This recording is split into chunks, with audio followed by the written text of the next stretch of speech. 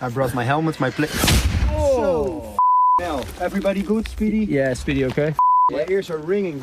20th century trench warfare in 21st century Ukraine.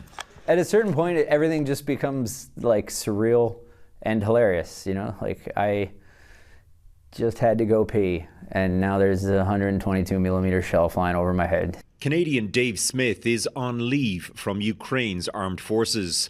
While fighting on the front lines in eastern Ukraine, several men in his unit have died. Yet he will return to Ukraine later this month. He decided to end a 15-year career with the Canadian Armed Forces last year in order to join a fight he believed in passionately. I never really had to give anyone a reason, and all the reasons I gave my wife, she accepted, but we're still upset about. This is not a morally unclear war. And I knew that I could help. Zero, this is 2-3 Alpha. We just had one round land like 2 meters behind the position. They're getting increasingly close. Are you having any luck with that drone, over? The Toronto native is fighting in a mostly Belarusian unit. He says his comrades see Ukraine's future intertwined with that of their own country, which is firmly under Moscow's influence. The only difference between training in Canada versus fighting in Ukraine is the mud in Ukraine like defies physics. This is what the mud looks like in the trench.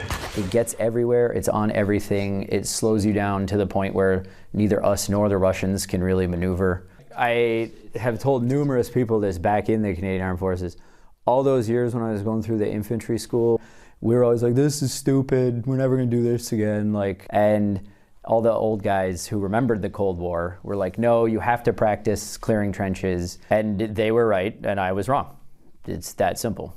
Vladimir Putin calls soldiers like Smith mercenaries. He is paid by Ukraine, but only a fraction of his Canadian military salary. Average Ukrainians are always thankful. You get a lot of handshaking, hugging, old ladies making sure you have something to eat and somewhere to stay.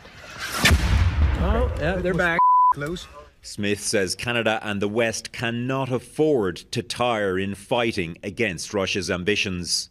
Just because you're morally right, like Ukraine's the righteous side of this war and we should all be supporting them, that doesn't mean we have unlimited 155 shells for them, So if you want to stop people who think might makes right, you also have to be pretty mighty. Redmond Shannon, Global News, London.